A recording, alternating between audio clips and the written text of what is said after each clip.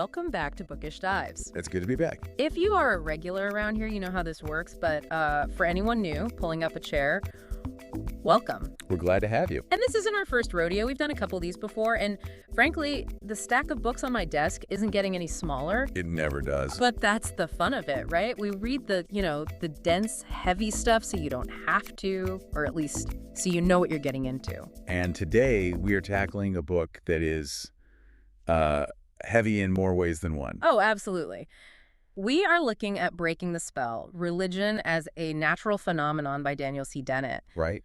And I have to say, when I first picked this up, just the title alone, Breaking the Spell, it felt a little aggressive. It does sound like he's ready to declare war on faith, right from the cover. But Dennett isn't a theologian and he isn't a priest. He's a philosopher. He is. He's one of the four horsemen of new atheism, famously. But his day job is as a philosopher of mind and cognitive science. And that distinction is crucial, isn't it? It's everything. In this book, he isn't approaching religion with a Bible in one hand or a protest sign in the other. He's approaching it with a biology textbook. Exactly. Yeah. And that's what makes it so interesting. He's not asking the usual questions like, does God exist? Or which religion is right. He's asking something much more, I don't know, mechanical. He's asking, what is this behavior? I mean, imagine a Martian biologist came to Earth. Okay. And it saw billions of people spending time, money, and energy on rituals, building giant structures, reading ancient texts. The Martian would be confused. They would ask, what is this phenomenon and why does this species do it? Right, the natural phenomenon part of the subtitle. He wants to drag religion out of the supernatural box. And put it under the same microscope we use for language or music or migration patterns. Or cancer. Or cancer. Yes. Okay, we'll get to the disease analogies later because he definitely goes there. It does. But let's start with the title, Breaking the Spell. What spell is he actually trying to break?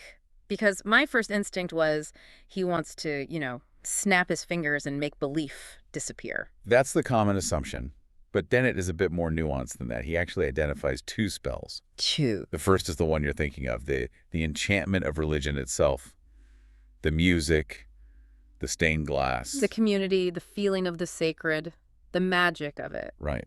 And Dennett admits that this spell can be beautiful. He's not necessarily out to destroy that feeling of awe. Okay, so what's the second spell? The second spell is the real target of the book. The one that stops us from asking questions. Precisely. The second spell is the taboo against studying religion scientifically. It's that social reflex that says, shh, don't analyze that, it's sacred. If you dissect it, you'll kill it. Yes. He uses that great analogy of the blabbermouth. The buzzkill. I think we've all been in that situation. You're at a magic show, you're amazed, feeling that childlike wonder. And then your friend leans over. And whispers, he just hid the card in his sleeve. And instantly the magic is gone. You're not amazed anymore, you're just looking at a guy in a suit. And nobody wants to be that friend. We hate that friend. Dennett knows he is risking being the ultimate buzzkill here. But he pushes back on that fear. He basically argues that ignorance is not safety. Right. We study nuclear fission, we study pandemics. We don't say, oh, let's not analyze the hurricane, we might hurt its feelings. We study them because they are powerful forces that shape our world. So his argument is that religion is arguably the most powerful social force in human history. To say it's off limits is actually dangerous. Exactly. He brings up the Latin phrase cui bono. Who benefits? In biology, that is the golden question. When you see a weird behavior in an animal, you have to ask, who benefits? The individual, the group. Or does something else benefit? Precisely. And this is where we have to talk about the ant. Because this story, honestly, it stuck with me since I read it. It is straight up body horror. It is so vivid. This is the story of the lancet fluke, a tiny parasitic flatworm. Okay, so picture an ant, just a regular ant doing its job. Its goal is to find food, help the colony avoid getting eaten. Pretty standard stuff. But then it swallows this parasite. And the parasite, it migrates to the ant's brain. It literally hijacks the control center. And the ant's behavior changes completely. It leaves the colony, it climbs up a blade of grass, clamps its jaws onto the tip, and just hangs there. Specifically at twilight, when sheep and cows are grazing. Why then? Because the parasite's life cycle requires it to get into the stomach of a sheep to reproduce. It can't get there on its own. It needs a ride. So it drives the ant like a vehicle to the slaughter. The ant commits suicide for the benefit of the worm. The ant dies, the parasite thrives, Cui bono? The parasite. So Dennett drops this nightmare on us to ask a very specific, very uncomfortable question. Is religion a parasite? Is the idea of a religion like that fluke? Does it lodge in a human brain and make us do things that are bad for us, like celibacy or martyrdom? But are good for the survival of the idea. This brings us to memes, and I feel like we have to do a little disclaimer here. Right. We aren't talking about a picture of a cat saying, Icon has cheeseburger. No, though technically that is a meme. True. But we're going back to Richard Dawkins' original definition from the 70s. A meme is a unit of cultural transmission. An idea, a tune, a ritual. And the key thing is that memes behave like genes. Meaning they operate under the laws of natural selection. A gene wants to get into the next body. A meme wants to get into the next brain. And if a meme is catchy or scary or comforting, it gets copied. If it's boring, it dies out. And here's the kicker. The meme doesn't care about you. Right. Just like the flu virus doesn't care if you have a fever, the meme doesn't care if it makes you happy or miserable as long as you pass it on. That's the parasite, Pew. If a religion scares you into converting your neighbors, that anxiety is bad for you, but it's great for the meme's reproduction rate. Exactly. But, and this is important, Dennett isn't saying religion is definitely a parasite. He offers alternatives. He does. He talks about symbiosis. Think about the bacteria in your gut. I try not to, but yes. Some bacteria are parasites. They make you sick. But many are mutualists. We give them a home. They help us digest food. We literally couldn't survive without them. So maybe religion is a mutualist meme. It helps us form groups. It reduces stress, encourages cooperation. It's an open question. Brainworm or gut bacteria? Or this third option, which I find really compelling, the sweet tooth. Oh, I love this theory. It's the theory of the byproduct. I mean, why do we love sugar? Well, it tastes good. But why does it taste good? Because for our ancestors on the savannah, sugar was rare. If you found ripe fruit, that was a massive calorie bomb. The immense survival. So the humans who love sugar survived and passed on that gene. But now I can buy a 5-pound bag of sugar for a few bucks. And that same instinct that saved your ancestors is now giving us diabetes. The environment changed, but the instinct remained.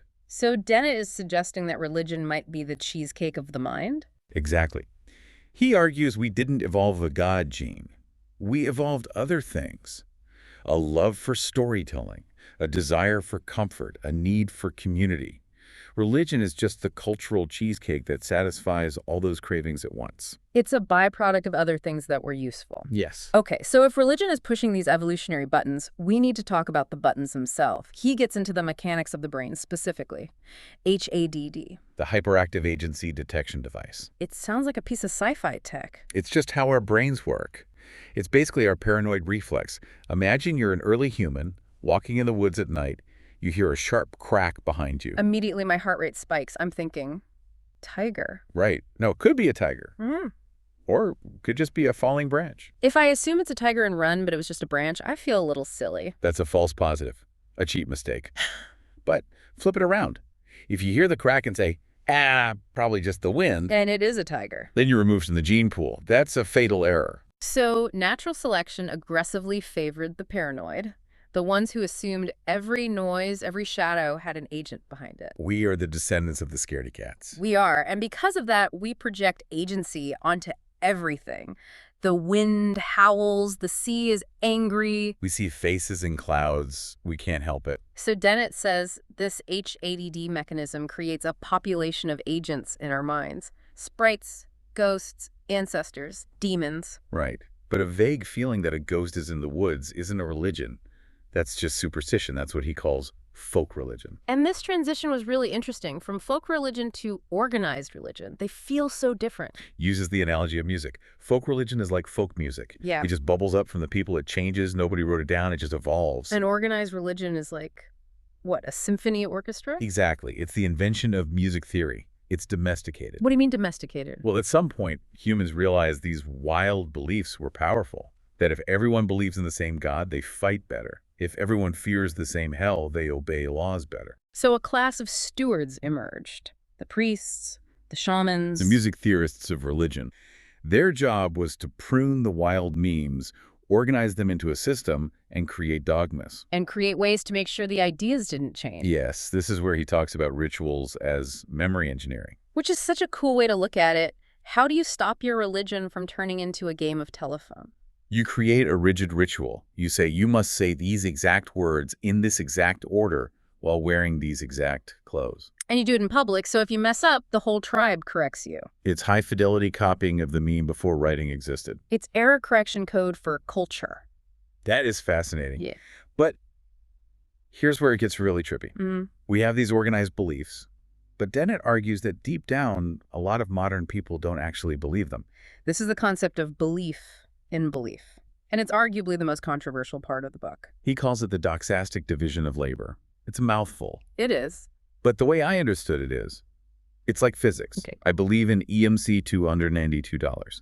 I accept it as true. Right. But if you ask me to prove it, to explain the math, I have no clue. I am trusting the physicists. I'm outsourcing the understanding to them. Exactly. And Dennett argues modern religion works the same way. If you really pressed people, they probably don't believe a literal God performed surgery on Adam to make Eve. But they trust that the experts, the theologians, the priests, they understand how it all works. So they believe in the virtue of believing. I don't get the details, but I know it's good to be a believer. It makes me a good person. Right. They're loyal to the team of belief. And this leads to what Dennett calls the fog of mystery. Notice how in religion, when you ask a tough question, Like, how can God be three people and one person at the same time? the answer is often it's a mystery, or it's beyond human understanding. Dennett argues that isn't a bug, it's a feature. It's a defense mechanism. You can't logically attack something that's ineffable. You can't disprove a fog. It creates this emperor's new clothes situation. Everyone in the pews assumes the person next to them really understands the mystery, and that person assumes the priest does, and the priest assumes the theologian does. And the theologian is talking about the ground of being, some abstract force that's totally different from the God people are actually praying to, keeps the whole system floating. So we've broken down the spell. We've looked at the parasite, the sweet tooth, the paranoid brain. It's a lot. It is. But we have to come back to why. Why does he think this is necessary? Because going back to the beginning, he thinks religion is too important to leave unexamined. Exactly. His ultimate point isn't religion is evil. It's religion is a natural phenomenon, and we must understand it. If it's a symbiont, the good gut bacteria that helps us, we should know that. So we can encourage the good parts. And if it's a parasite, if it's the fluke driving us to do dangerous or irrational things. Then we need to know that too, so we can mitigate the symptoms. But we can't do either if we're too scared to turn on the lights. It really is a challenge, isn't it? To your own intellectual courage, are you willing to look at your most sacred beliefs as if they were specimens in a lab? And that leads to the provocative thought I want to leave everyone with. Okay. If you're a believer and you truly think your religion is the truth with a capital T, why would you be afraid of a microscope? Right. If it's real gold, the fire won't burn it. Exactly. If religion is what it claims to be, it should welcome the inquiry. It should stand up to scrutiny. If the only way it survives is by hiding in that fog of mystery, Then maybe that tells you something about its structural integrity. maybe the spell needs to be broken for us to see what's really there. And what's really there might be surprising. Not gods and demons, but a fascinating story of human evolution, culture, and survival. And personally, I find that just as magical. Well, on that note, I think our brains are sufficiently full for one day. This was a heavy one. It's definitely a conversation starter at dinner parties. If you're brave enough, or if you want to be the blabbermouth. But hey, we like blabbermouths here. We do. If you enjoyed this bookish dive into Dennett's mind and you want to tackle more heavy hitters with us, please make sure you follow for more. We have a massive stack of books waiting. And we want you in the circle for the next one. Thanks for listening. We'll catch you on the next dive.